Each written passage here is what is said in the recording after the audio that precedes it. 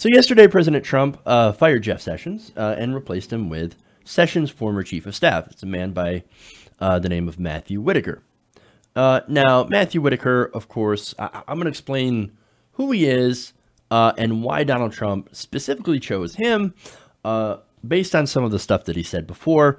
But already you can see some issues with this, right? So now, Matthew Whitaker taking over as acting attorney general, well, he now has complete control over the Mueller investigation. So obviously, before Rod Rosenstein, look, Rosenstein's the deputy attorney general, right? So normally, in normal cases, he would be tapped to take over the acting role. But of course, Donald Trump does not like Rod Rosenstein because Rod Rosenstein has allowed the Mueller investigation to continue. So Trump personally intervened and chose Whitaker instead. Now, again, he is acting attorney general. He has not been confirmed, but he can at least act in that role. Now, here's the thing.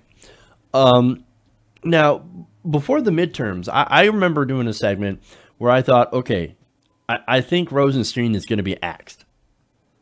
So, I mean, it is a possibility, right? So, why would you replace Rod Rosenstein? Well, Rod Rosenstein was overseeing the Mueller investigation, and because Jeff Sessions had recused himself. So it kind of fell on him. So you get rid of Rod Rosenstein, and they tried, and they certainly wanted to, and then you could appoint someone as deputy attorney general to take over, and then you don't have to go and fire Jeff Sessions. After the midterms, Trump's like, fuck that idea. I'm just going to get rid of Sessions now. Who's going to stop me?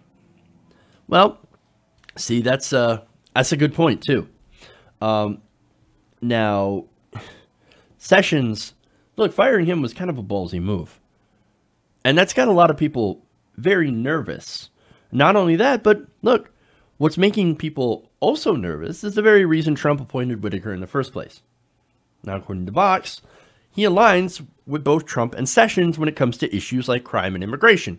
So if you think Mr. Whitaker is going to be better than Jeff Sessions on those issues, you are absolutely wrong. So the issue of marijuana, for example, federally possessing and using marijuana, that is still a Schedule I drug, which basically points out that it has absolutely no medicinal value and is incredibly dangerous. There is no use for it. Now, that's preposterous, but of course, that's the federal government designation. Now, is Whitaker going to change that? No. No, Whitaker is probably going to do the same things as Jeff Sessions on crime. But the very reason that Trump chose Whitaker instead of anybody else who also follows that same definition is how he feels about the Mueller investigation.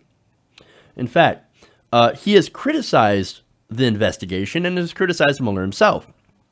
For example, Whitaker expressed skepticism about the Mueller probe before joining the Trump administration as Sessions' chief of staff in the fall of 2017.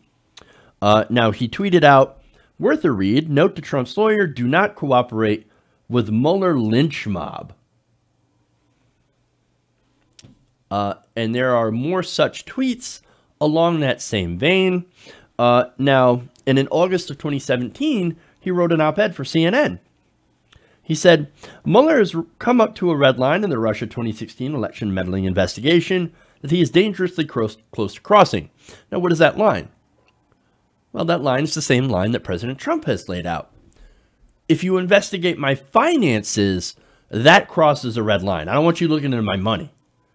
Well, why would Mueller want to look into your money? Oh, right. Because if you did end up working with the Russians, which is still a possibility, in order to try to have them influence the election on your behalf, then there would be a transfer of money. Or there could be some sort of money trail. So that would, obviously, you would want to, if you were Mueller or the investigators, you would look into that. That is within his purview because it is related to this, right? But Whitaker doesn't agree. He says, no, it's not related. In fact, he wrote that if he were to continue to investigate the Trump's financial relationships without a broadened scope in his appointment, then this would raise serious concerns that the special counsel investigation was a mere witch hunt. Not only that, but there was another CNN appearance in July of 2017 where Whitaker basically said, you want to get rid of Mueller? Here's how you can do it. Quote, I could see a scenario where Jeff Sessions is replaced with a recess appointment and that Attorney General doesn't fire Mob Mueller, but just reduces his budget to so low that his investigation grinds to almost a halt. So, fire the Attorney General, right? Replace him with somebody else. Oh, again, the Attorney General will have to be confirmed by the Senate. Because right now, Whitaker is just the acting Attorney General, and you have to appoint someone. Well, why do you think Trump just made this big move right after the midterm elections? Well, the Republicans picked up a few seats in the Senate. So, oh, look, Republicans now have a majority in the Senate that is fairly comfortable and will be able to do confirmations. Now, they'll be able to do judicial confirmations, and they'll also be able to do cabinet confirmations as well. So here Trump can put in, and he can also do recess appointments as well, can say, okay, hey, Whitaker, you've been doing such a great job as acting Attorney General. I would like to have the Senate confirm you. And Republicans in the Senate will likely confirm him. I mean, look, here you had Lindsey Graham who said, oh, there will be hell to pay if you fire Sessions. Now saying, never mind. I'm not really worried about that now. Oh, Matt Whitaker, great pick. Fantastic pick. I'm on your side, Trump. Do you think he's going to get any pushback from Republicans? Of course not. So he could be put in as not just acting Attorney General, but confirmed as Attorney General. And he is a Trump loyalist who has said, we need to shut this thing down. And of course, he could shut it down without actually firing Robert Mueller, which would be, of course, I think everybody sees as a line too far. But if you slowly starve it of resources or revenue and that doesn't get out into the news, well, then